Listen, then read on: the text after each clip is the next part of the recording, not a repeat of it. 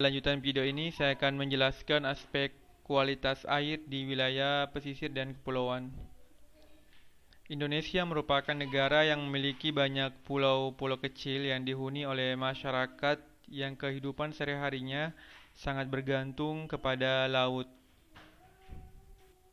Berdasarkan Undang-Undang RI Nomor 27 Tahun 2007 tentang pengelolaan wilayah pesisir dan pulau-pulau kecil, dijelaskan bahwa definisi pulau kecil yaitu pulau dengan luas lebih kecil atau sama dengan 2000 km persegi beserta kesatuan ekosistemnya. Pulau kecil merupakan pulau yang memiliki keanekaragaman hayati dan yang spesifik dan masyarakatnya memiliki karakteristik sosial budaya dengan ciri khas tertentu. Masyarakat yang hidup di pulau-pulau kecil memiliki risiko kesehatan antara lain kurang tersedianya air bersih, minimnya ketersediaan makanan yang bergizi, terbatasnya pelayanan kesehatan terutama pada musim badai, dan kondisi lingkungan yang kurang memenuhi syarat kesehatan sehingga mudah terinfeksi vektor dan agen penyakit. Dalam sebuah artikel yang berjudul Kondisi Sanitasi Dasar pada Masyarakat Pulau Laik-Laik menyebutkan bahwa masalah sanitasi dasar khususnya di wilayah pulau-pulau kecil merupakan masalah yang perlu mendapatkan perhatian khusus dan perlu ditinjau lebih dalam sebab wilayah terpencil seperti di pulau-pulau masih memiliki fasilitas sanitasi yang buruk. Bahkan beberapa penelitian di pulau-pulau kecil menunjukkan adanya hubungan antar faktor sanitasi lingkungan dengan terjadinya diare. Selain permasalahan sanitasi, ekosistem pulau-pulau kecil juga memiliki keterbatasan daya dukung lingkungan, baik lahan maupun air bersih. Apalagi beberapa pulau-pulau kecil di Indonesia telah padat penduduk, bahkan telah ada pulau yang memiliki kepadatan penduduk yang cukup besar. Sebagai contoh, kondisi Pulau Panggang, Kepulauan Seribu, merupakan pulau dengan luas 9 hektar. Pada tahun 2001 dihuni oleh 3.275 jiwa dengan kepadatan sekitar 364 jiwa per hektar, telah melebihi kepadatan kota Jakarta yaitu 144 jiwa per hektar. Kepadatan penduduk di pulau kecil akan mengakibatkan terjadinya tekanan terhadap lingkungan dan berdampak pada penurunan sumber daya pulau, misalnya ketersediaan air bersih yang semakin langka. Belum lagi terjadinya penurunan kualitas air sumur dangkal yang telah tercemar oleh limbah rumah tangga. Selain itu, masyarakat yang tinggal di kawasan pesisir dan pulau kecil menghadapi kesulitan memperoleh air bersih untuk keperluan rumah tangga. Padahal keberadaan air bersih menjadi sangat penting bagi aktivitas kehidupan masyarakat. Belum lagi kebutuhan air bersih meningkat seiring dengan bertambahnya jumlah penduduk di pulau kecil. Air sumur atau air tanah yang menjadi sumber air bersih bagi masyarakat di pulau kecil juga mempunyai keterbatasan baik secara kualitas maupun kuantitas. Selain itu, pengambilan air tanah secara berlebihan memberikan dampak lain seperti penurunan muka tanah, intrusi air laut, dan lain-lain. Sebagai contoh, penelitian di pulau-pulau kecil di Kota Makassar didapatkan bahwa sebagian besar penduduk pulau menggunakan sumur gali sebagai sumber air bersih. Dalam sebuah artikel yang berjudul Penilaian Risiko Kesehatan Lingkungan di Pulau Bonetambung menjelaskan bahwa sebagian besar responden yang didata di Pulau Bonetambung menggunakan sumur gali yang tidak terlindung sebagai air bersih. Selain itu, sebuah penelitian di Pulau Laik-Laik menunjukkan bahwa Sebanyak 58,7% responden menggunakan sumur gali tidak terlindung sebagai air bersih untuk keperluan higien sanitasi. Bahkan sebagian masyarakat pulau menggunakan sumur gali tidak terlindung sebagai air bersih untuk memasak atau sebagai bahan baku air minum. Adapun jenis sumber air bersih yang paling banyak digunakan yaitu sumur bor dan sumur gali tidak terlindung. Maksud dari sumur bor di sini adalah beberapa pulau-pulau di Indonesia biasanya ada sumber air yang disiapkan oleh pemerintah.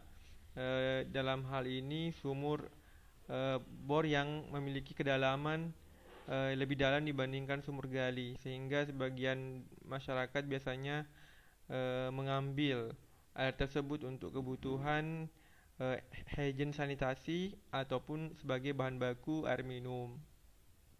Adanya keterkaitan antara kualitas air bersih atau bahan baku air minum yang digunakan masyarakat pulau dengan kejadian penyakit saluran pencernaan telah banyak diteliti oleh para ilmuwan.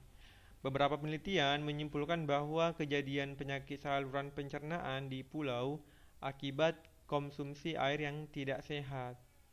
Sebagai contoh, sebanyak 181 siswa SD Pulau Baralompo yang positif terinfeksi kecacingan.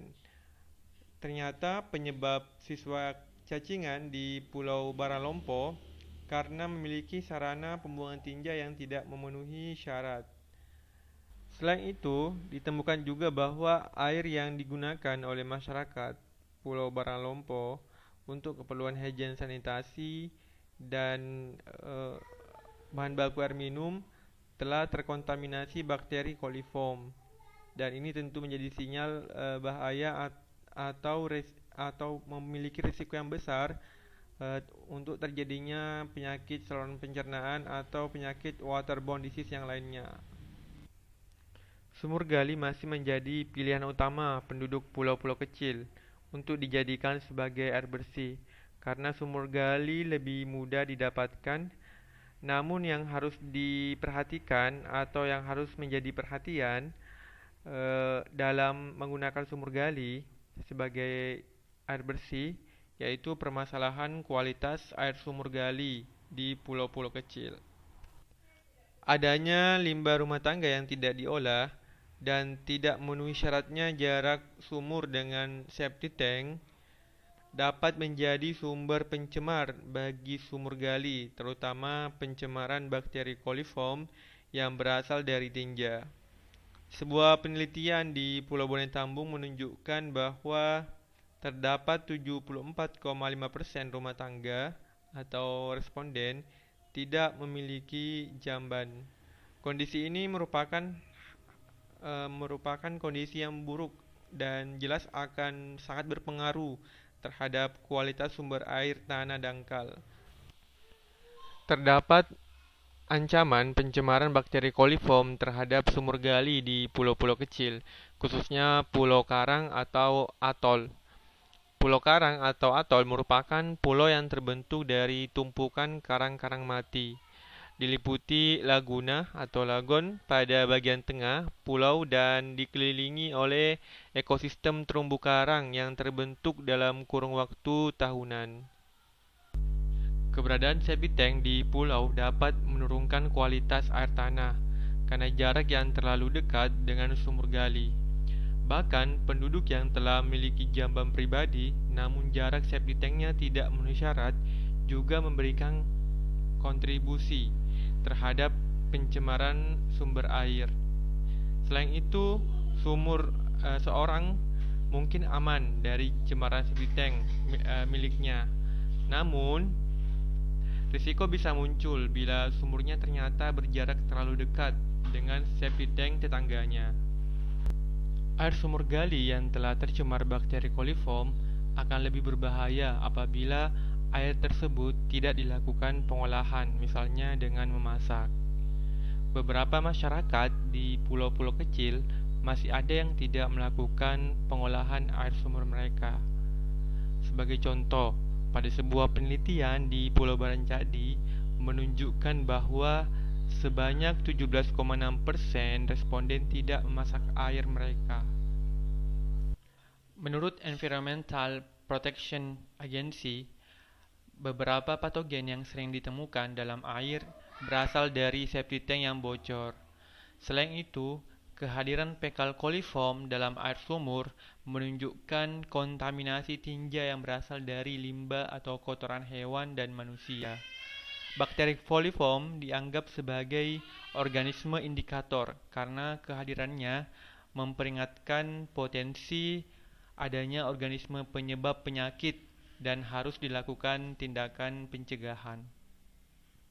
Bakteri patogen yang berasal dari tinja manusia tidak hanya berpotensi mencemari sumur gali penduduk di pulau, namun bakteri patogen tersebut seperti coliform juga dapat berpotensi mencemari air laut karena masih banyaknya penduduk pulau yang buang air besar di laut. Oleh karena itu, diperlukan metode penilaian risiko untuk mengatasi risiko penyakit akibat kontaminasi agen penyakit, khususnya waterborne disease. Contohnya, dapat menggunakan microbial risk assessment sebagai metode yang berharga untuk mengetahui risiko mikroorganisme, baik alami maupun antropogenik. Oke, terima kasih.